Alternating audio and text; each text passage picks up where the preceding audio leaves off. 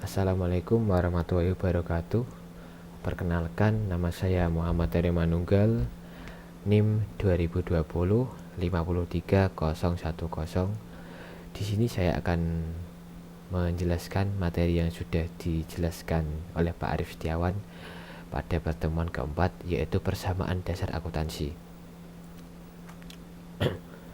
Oke, mari kita mulai. Pembagian akuntansi dibagi menjadi 3, yaitu akuntansi manajemen, akuntansi keuangan, dan akuntansi pemerintah. Yang pertama yaitu akuntansi manajemen. Akuntansi manajemen adalah cabang akuntansi yang menghasilkan laporan keuangan bagi pihak intern organisasi atau manajemen. Ya, bisa disebut akuntansi perusahaan lah, seperti itu. Lalu yang kedua yaitu akuntansi keuangan. Akuntansi keuangan adalah cabang akuntansi yang menghasilkan laporan keuangan bagi pihak ekstern seperti investor, kreditor, dan Bapepam. Yang ketiga atau terakhir yaitu akuntansi pemerintah. Akuntansi pemerintah adalah cabang akuntansi yang memproses transaksi keuangan pemerintah yang menghasilkan laporan keuangan sebagai bentuk pertanggungjawaban pelaksanaan APBD atau APBN kepada rakyat melalui lembaga legislatif serta untuk kepentingan pihak-pihak terkait. Nah, ini merupakan cabang akuntansi yang sangat banyak diperdebatkan dan sangat riskan karena memang duit rakyat kan banyak. Oke, selanjutnya yaitu siklus akuntansi. Ya, siklus akuntansi itu pertama dari bukti transaksi, lalu menuju ke jurnal, selanjutnya ke buku besar untuk pencatatan, lalu ke neraca saldo, lalu ke jurnal penyesuaian dan jurnal penutup, kemudian ke laporan keuangan, dan kembali lagi ke bukti transaksi.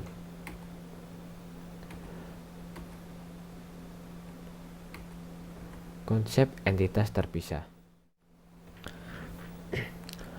Konsep entitas terpisah. Entitas dalam akuntansi dapat berarti organisasi atau perusahaan, baik yang bertujuan untuk mencari laba atau bergerak di dalam bidang sosial, atau pengelola organisasi tersebut. Dalam akuntansi, hal itu dapat dilihat dengan adanya akun untuk mencatat transaksi yang berkaitan dengan kepemilikan pribadi seperti brief. Konsep entitas ini merupakan sebuah konsep dasar yang digunakan di dalam akuntansi, tetapi penting juga untuk dipahami bukan hanya bagi praktisi akuntansi saja, tetapi juga bagi pengusaha atau entrepreneur bahkan blogger pun penting untuk memahami konsep ini. Sebuah catatan keuangan, baik itu laporan keuangan atau keuangan mempunyai berbagai fungsi. Salah satunya adalah sebagai penyedia informasi. Laporan keuangan yang tidak menerapkan konsep entitas, maka informasi yang dihasilkan tidak bisa mencerminkan kondisi yang sesungguhnya dalam perusahaan, karena akan banyak dijumpai transaksi-transaksi pribadi atau transaksi-transaksi lainnya yang sesungguhnya tidak ada sangkut pautnya dengan organisasi atau perusahaan, yang berakibat pada hasil laporan keuangan itu sendiri menjadi bercampur-campur dengan transaksi pribadi atau harta pribadi. Entitas dalam proses akuntansi dapat diklarifikasikan dalam entitas pelaporan dan entitas akuntansi. Entitas pelaporan merupakan satu kesatuan unit usaha secara keseluruhan dari unit-unit yang ada dalam satu organisasi atau badan usaha (perusahaan). Entitas pelaporan dalam akuntansi berkewajiban menyajikan seluruh jenis laporan yang mencerminkan kegiatan posisi, keuangan, atau perusahaan. Sedangkan entitas akuntansi merupakan unit bagian yang ada dalam entitas pelaporan. Entitas akuntansi berkewajiban melaporkan posisi dan aktivitas keuangan untuk diintegrasikan dengan entitas yang lain, sebagai laporan keuangan yang disajikan oleh entitas pelaporan bagi perusahaan. Hal yang sangat penting dalam konsep entitas dalam proses akuntansi adalah keterpisahan keuangan pemilik atau owner atau bos dan keuangan perusahaan atau badan usaha. Artinya, kekayaan yang dimiliki dan dikuasai oleh individu pemilik perusahaan secara akuntansi harus terpisah dengan kekayaan yang dimiliki oleh perusahaan. Prinsip keterpisahan keuangan pemilik terhadap perusahaan merupakan konsep dasar bahwa akuntansi dapat dijalankan.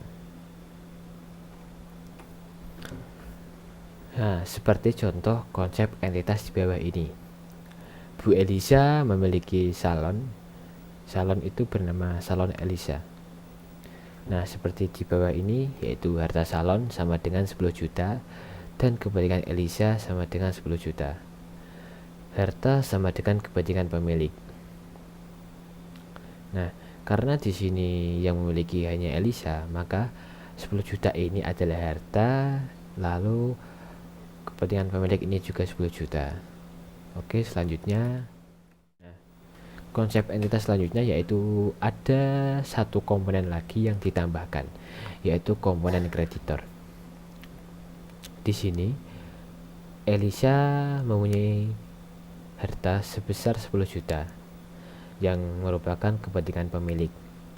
Nah, karena ada investor masuk dan investor tersebut membawa uang 1 juta, maka dari itu harta sama dengan kepentingan kreditor. Harta sama dengan kreditor atau uang kreditor plus kepentingan pemilik. Nah, di sini kan pertama kepentingan pemilik itu hanya 10 juta. Nah, karena kreditor ini masuk dan memberi uang atau pinjaman sebesar 1 juta, maka harta kekayaan atau harta salon atau kepentingan Elisa yaitu 10 juta. 11 juta karena bertambah dari adanya sang kreditor yang meminjamkan uang.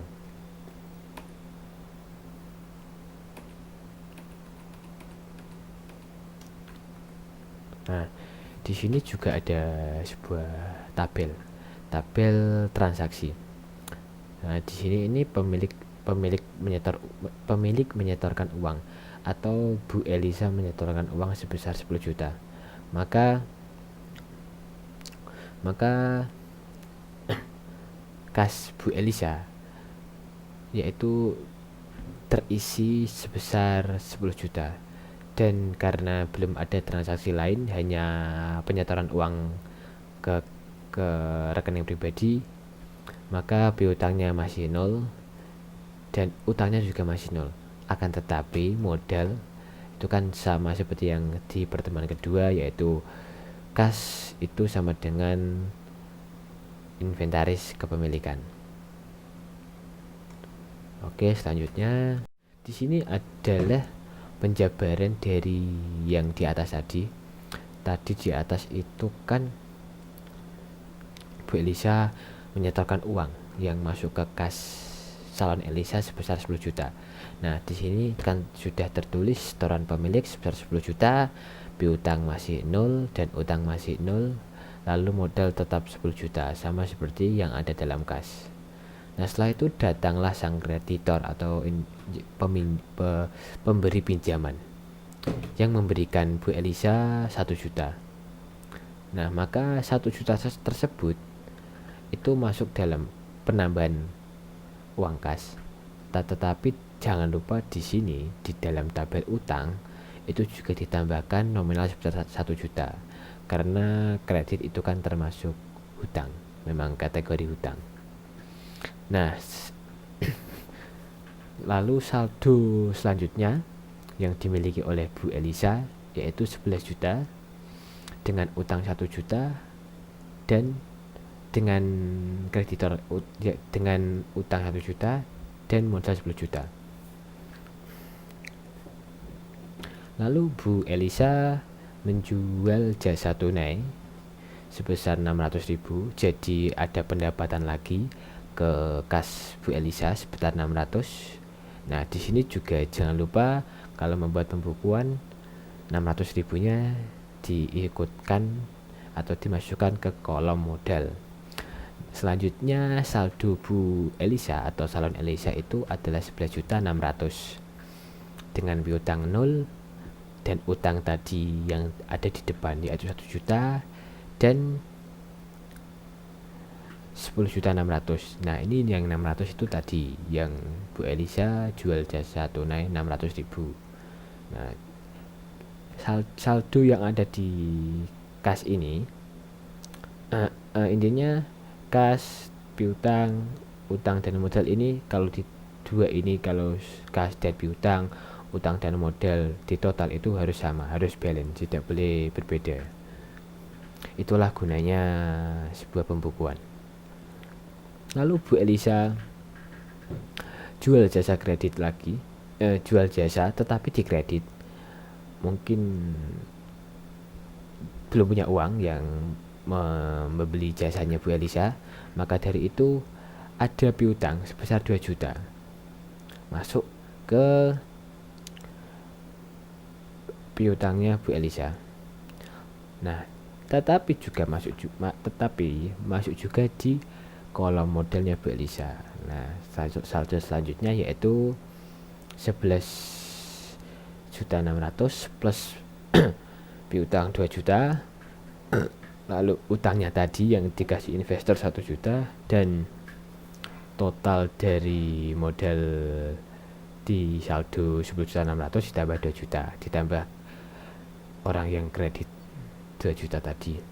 Nah, contoh di sini kita akan menjumlahkan yaitu 11.600.000 tambah 2 juta yaitu 13.600.000, dan ini juga kalau di total utang plus modal 1 juta ditambah 12.600.000 hasilnya juga akan sama 13.600.000.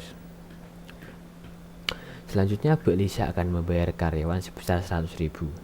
Nah, di sini ada pengurangan kas sebesar 100.000 dan pengurangan modal sebesar 100.000. Ingat, kas itu intinya sama dengan modal. Jadinya jika kita mengurangi kas, kita juga mengurangi modal. Nah, di sini saldonya 11.500.000, piutangnya tetap 2 juta tadi, dan utangnya 1 juta, pendapatannya juga 12.500.000. Lalu tiba-tiba Bu Elisa menarik uang sebesar 200.000. Entah untuk apa. Nah, saldonya juga berkurang lagi 200.000. Nah, di sini juga modelnya juga berkurang 200.000. Intinya itu pengurangannya harus balance. Nah, kita coba total yang di akhir ini. Totalan terakhir kas dari Bu Elisa atau salon Elisa yaitu 11.300.000 dan mempunyai piutang 2 juta. Lalu ada utang dari investor atau kreditor tadi yang ada di awal 1 juta dan modal terakhir yaitu 12.300.000. Nah, kita total kas plus piutang sama dengan 13.300.000, utang plus modal sama dengan 13.300.000. Sekian penjelasan yang dapat saya sampaikan. Kurang lebihnya saya mohon maaf. Wassalamualaikum warahmatullahi wabarakatuh.